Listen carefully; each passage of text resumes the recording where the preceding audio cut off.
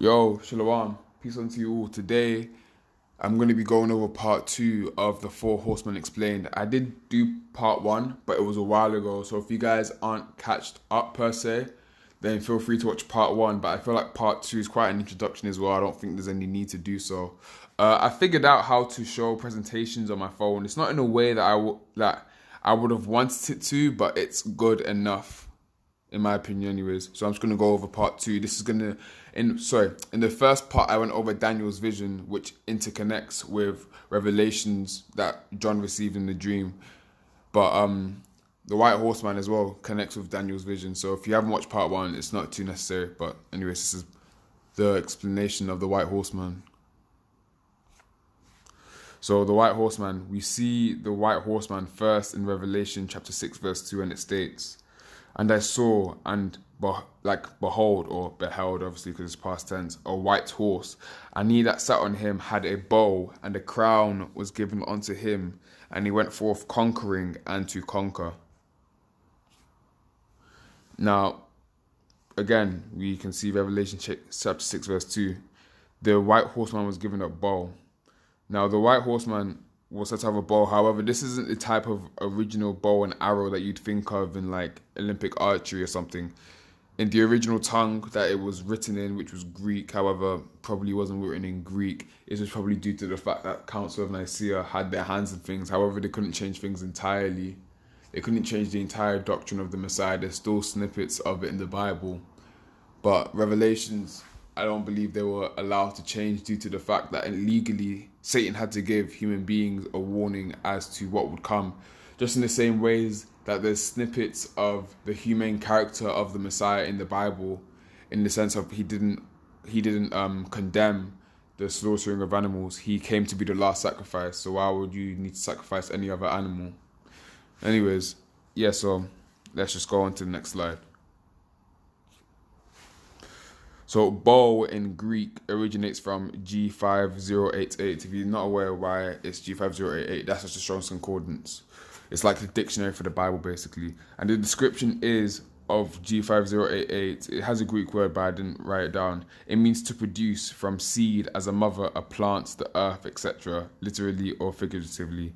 So the translations and the times it's been used other places in the New Testament, it's been used as the word bear, be born, bring forth, be delivered, be in travail. These all give the insinuation that something was being brought forth through a seed or through a starter. So the responsibility of the white horseman was to bring forth something or start something, like how a mother would bring forth a child and the life of that baby will start from therein. Now let's go back to Revelation chapter 6 verse 2. So we've already looked into the Greek meaning, and we've seen that bow means seed or the start of something to produce something bigger in that sense.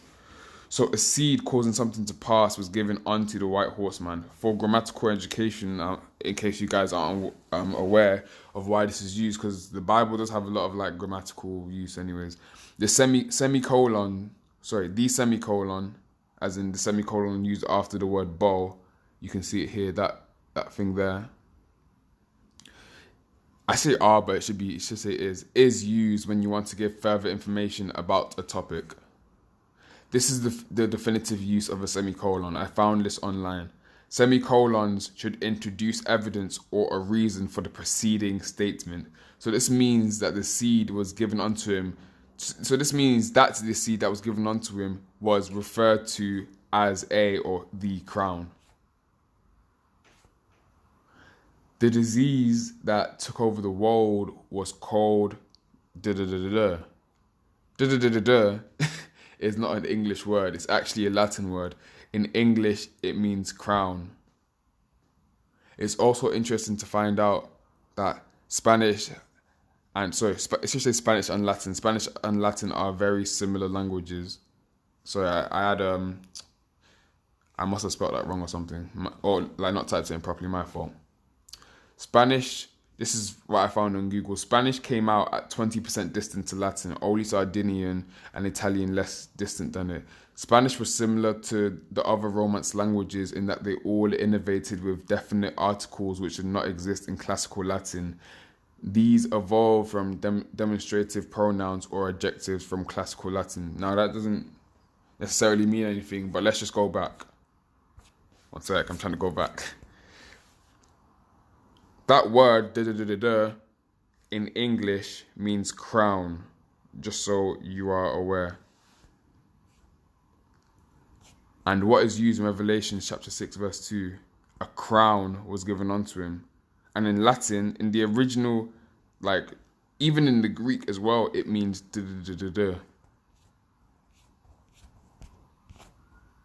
So in Latin, it also means And Latin or Spanish are very similar. And I know this to be true as well, in the sense of when it says these evolve from demonstrative pronouns or adjectives from classical Latin. It's not just even referring to that. There's some language, actual language used in both languages that are the same thing. And I know this as well because you can read the bottom paragraph. I did Spanish in secondary school and I got a B. And I got to study Latin for a while. However, I didn't end up like taking it seriously because at the time, if you're not aware, I had like the end of school test coming up. I had my GCSEs coming up, and it was kind of interfering with that. So I didn't take it too seriously. It was the only reason I was given the opportunity is because I was saw as a bright enough student to handle learning Latin. So, anyways, in terms of what it's talking about in pronouns and like definitive articles, it is true. For example, in Latin, the word itself can be changed based on the gender, but Spanish used that to change the pronouns, as in where it says in the second paragraph, these evolved from demonstrative pronouns or adjectives from classical Latin. Like, for example, when let's say you're talking about a female in a sentence, you can use the word la. If it's even saying just the pronoun changes entirely, in the same way that in Latin the word changes entirely. And there's other words as well that are similar to Spanish and Latin. That's even why today you can call someone a Latino or Latina, which is actually showing how the word changes based on the gender of the person. Latino or Latina, meaning that they mean Spanish, because there's a lot of similarities between the language, not just in the way they use words, but actual words as well. And there's one interesting word that's very similar. Well, not even very similar, the exact same word in Latin. This is Revelation chapter 6 verse 2 in Spanish. Y mere y he aquí un caballo blanco, horse that is white, y el que estaba sentados encima de él tenía un arco, y le fue dada una corona, y salió victorioso, as in he went for conquering, para que también venciese.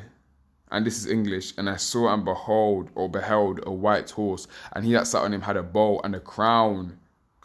Can you see? So the further information about the seed is that it's a crown. Can you see that? Crown. Una corona. Can you see? And he went forth conquering and to conquer. Y salió victorioso para que también venciese. Even the victorioso, that is saying victorioso because it's a male. If it was a female, it would say victoriosa. But that's because of certain words. You see, this is why it said, these evolve from demonstrative pronouns or adjectives, victorioso. Seen as an adjective, as in like they're victorious, but because it's a male, they are victorious. Obviously, victorious being a replacement for conquering. So this means that the white horseman was given a seed of which would go forth conquering. In Greek, this means to make submit. What happened to the earth? Daniel's vision / message matches up exactly with this. Daniel's vision / message is covered in part 1. In case you don't want to watch part 1, you want me to make it short. In general, Daniel predicted that the earth would go into lockdown and everything would be stopped, and that people would awaken during the lockdown period, which I'm sure a lot of you did awaken during the lockdown period.